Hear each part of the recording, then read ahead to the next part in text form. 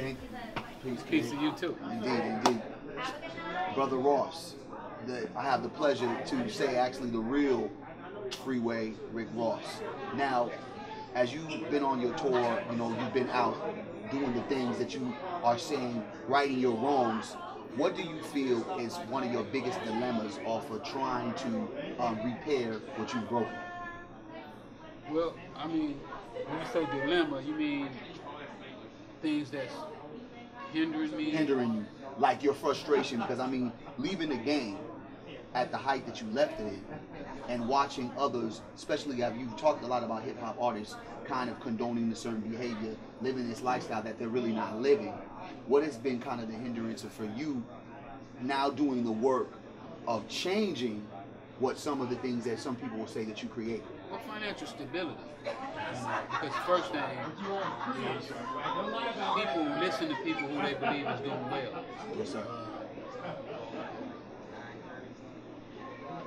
George Searle, I guess, said it best.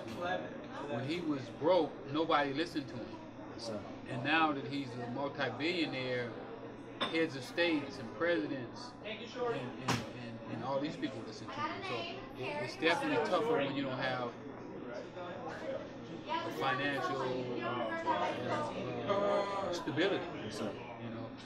I believe that as I become more successful, then more people will listen to me, and my mission will become much easier.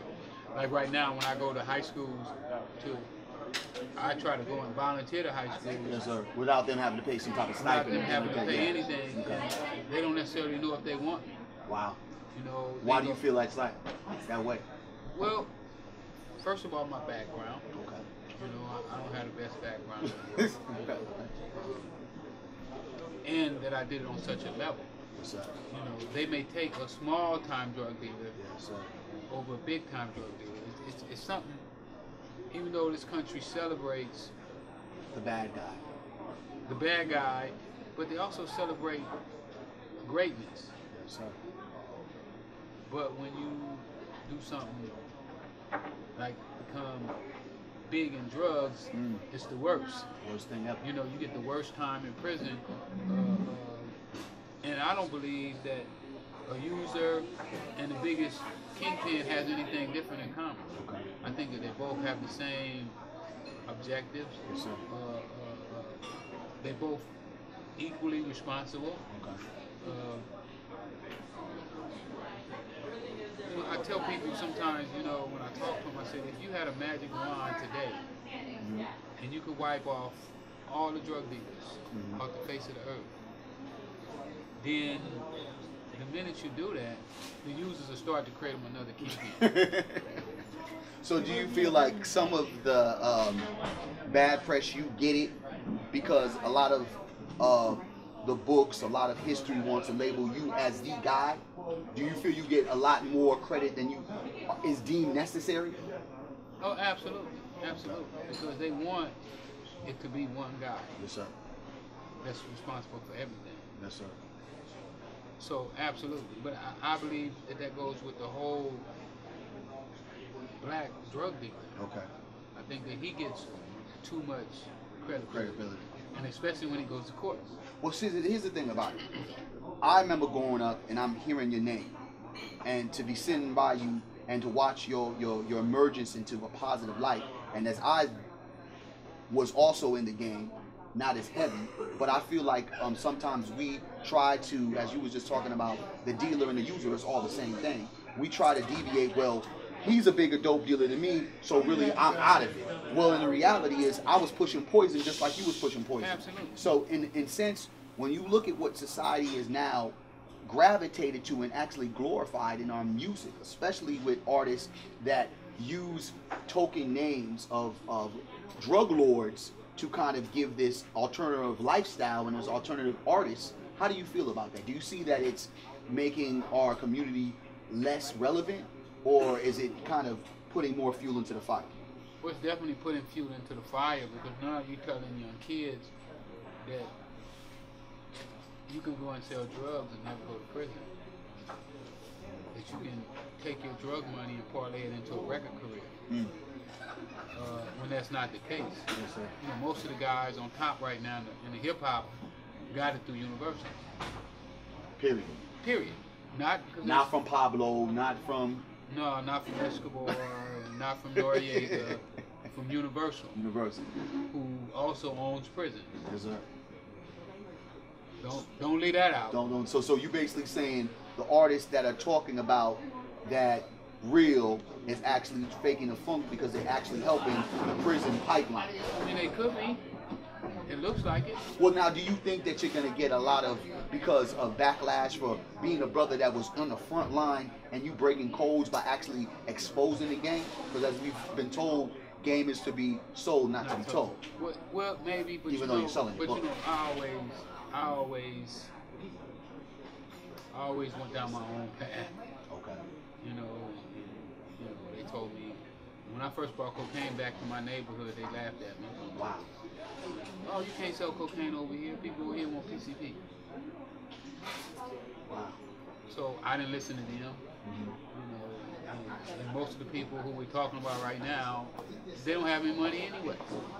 Wow. You know, most of those guys are just living day to day to pay their Benz note, their Rolls Royce pay, or the rent of Rolls Royce, Yes, sir. the loan house, you know, so they let them use the house to shoot their video in. And I believe that all that's a perception to get our young kids to buy into this illusion that you can become a great rap star. And I think it's really bad to sell this image to people that feel hopeless. Yes, sir. You know, our young kids right now feel hopeless. Have you tried to reach out to some of these artists to kind of educate them on, man, this poison that you spitting is not helping us out right now? I did a video, matter of fact, I did on Alex Jones, me and Alex Jones did it. Okay. And I asked all of them, let's come together. Because I know how influential I've been in hip hop. Yes, you have, definitely. One of the most influential guys, individual person. And in fact, to be living still, to talk about it is even crazier. I mean, you know, 4 rappers have used my name. I don't know how many have talked about me in records. Not to be bragging about that, yes, just to say the facts. So I felt that it was my responsibility to try and bridge the gap. But you know, right now, you know, the guys who we see every day, you know, they feel like they're on top right now, so they don't need anybody to come in telling them anything. Exactly. You know, and especially how we're gonna take advice from a has-been, and that's how I'm looked at right now. Well, I don't see that, King. I don't see it as a has-been. I see that as a man moving forward in the change, and change is necessary. But see, you're a constantly thinking person. But when you're talking about somebody who is not conscious of their actions, then they don't see the same thing me and you see. You know, the only thing they see is that I'm allowed to do these concerts, I'm making $50,000 a day, yes, sir. I'm on TV, they play my record on radio, I'm living the life yes, sir. that you wish you was living. So you think that they feel like you more or less jealous that they're in the spot that you used to be in? No, I've heard people say stuff like that. Wow. Like this old man is just jealous because he want to be here. Right, absolutely. And he had millions and he don't have them. Exactly. Wow. But I look at it like when I was selling drugs, I didn't know no better. Okay. And sometimes we do stuff out of ignorance. Yes, sir. And maybe that a lot of this rap stuff might be looked at in a couple of years. I mean, because you know, cocaine used to didn't be that bad. They used to didn't look at cocaine as it was very much like the fancy drug. And then it went from that to being crack. Yes. We finna redo the laws. Yes, sir. You know, so we never know what the future's gonna say about the things that's happening right now with our music. Now we go back into the crack. Do you feel that it was a direct attack to create genocide in the black community, to give these strict and heavy laws? When we look at the laws and the cocaine pushers or the people that were dealing cocaine or using cocaine wouldn't get the numbers as Africans who majority were selling the crack. Well, you know, the law was 100 times worse for crack than it was for powder. Yes, sir. And we don't know if it was deliberately done or not. Who cares? It actually happened. You know, genocide has taken place. Was it purposely done? Did Ronald Reagan and George Bush and them purposely sit in the office and say, "Oh, we're gonna attack the blacks," and we don't care if they said that. What we do care about is that it happened. Genocide did take place. They did wipe out the black community. They took all the men out of the community, and mainly the leaders. But what I found out is the drug dealers are our leaders. Yeah, they were selling drugs, but the whole community benefited off their crime. Their mothers, their sisters, their brothers, all benefited from them having that money. The liquor stores, they benefited. The car lots, the car washes, the clothes people. All The these American people, economy benefited. all these on all people are levels. part of the conspiracy. Yes. Because if you take money from a known drug dealer, it's You are money part of it. laundering. Yes, sir. You're part of the crime. But it was the drug dealers that were the ones having to pay the penalty. Exactly. The paper trail wasn't really followed as much as it should have been. Now here's the thing. You have a lot of individuals, a lot of people that believe you coming out here doing all this is a parade. It's not real, right? And then on top of that, you have a lot of people that say, yeah, you did 20 years, but what you've done and a lot of your cohorts who were with you during that time, what you guys have done, regardless of if it was a considered plot that the government helped bring crack to the United States, you guys were the essential figures to destroy what we used to have as a strong community.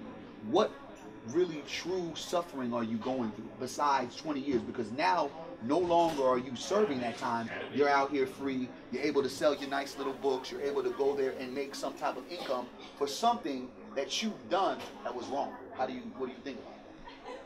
I mean, you know, they have their opinion, and they're absolutely entitled to feel that way. And I don't know if I would even refute them.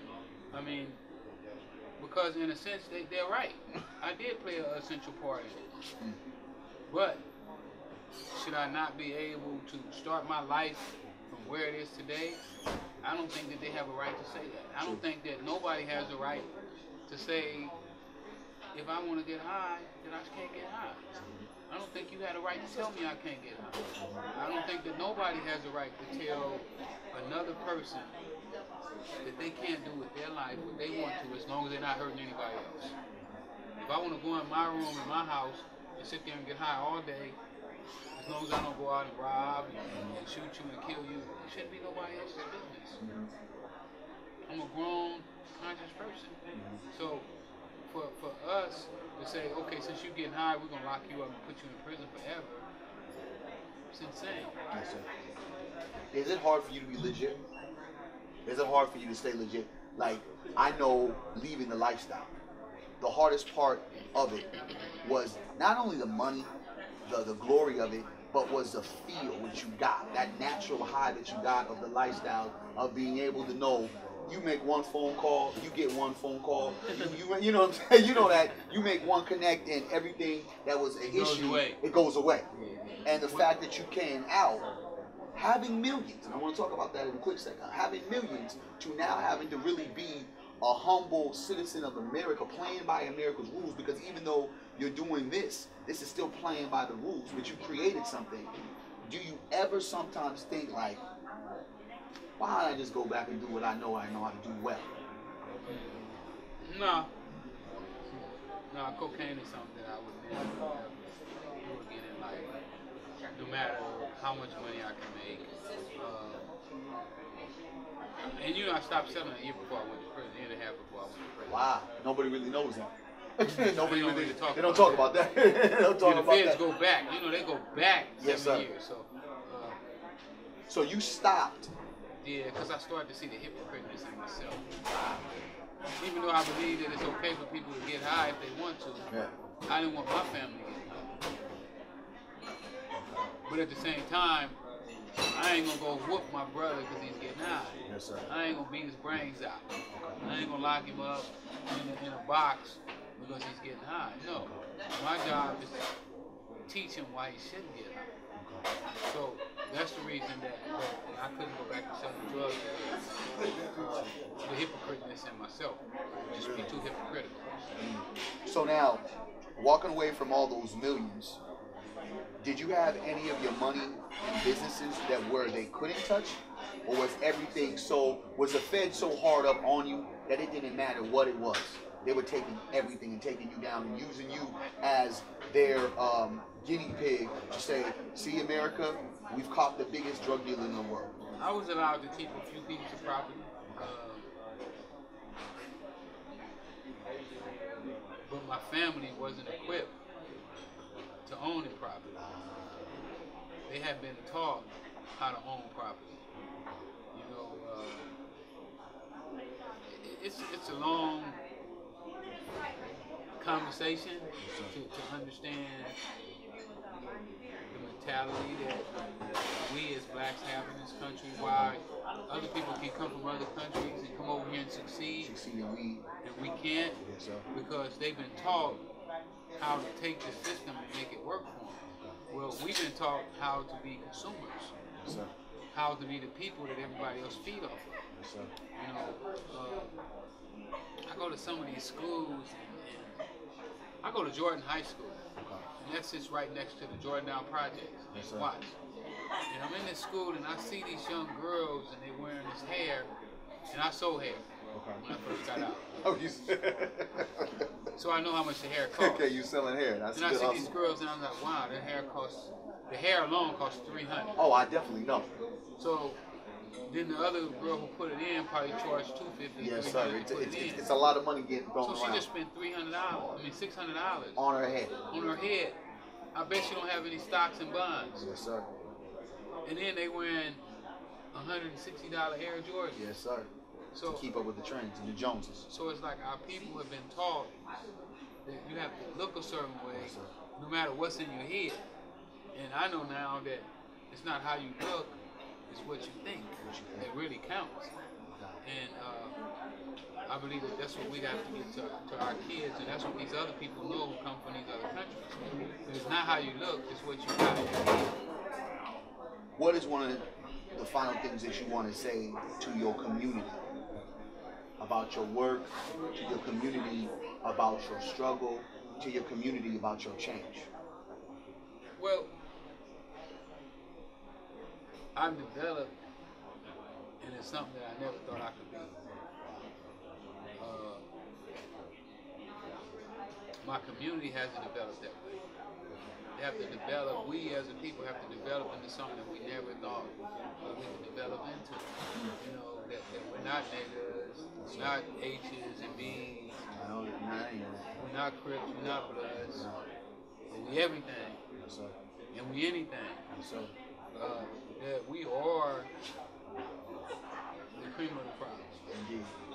That if somebody walked with God and Jesus, they was black. And once our kids start to understand that, then they can pursue their greatness. But as long as you don't think that you can, you can't. Yeah. You gotta sit there and rise to the top. I'd like to leave them with that. But you can if you think you can. This book breaks it all down to you. Breaks it all down. Who you are, what you could be, and what you're gonna be. And again, the book is not glorifying, it's educating. Oh, absolutely. My book, I talk about my mistakes. Yes, sir. Things that I did right. Yes, sir. I mean, the book just is what it is. Yeah, exactly. I think that you have to give the goods with the bads and bads with the good, because that's the book of your story. Absolutely. And I think the triumph and the individuality of you being able to come out of that challenging time, I commend you, brother. I appreciate you, brother. And keep on doing your work. Thank you. Peace, King.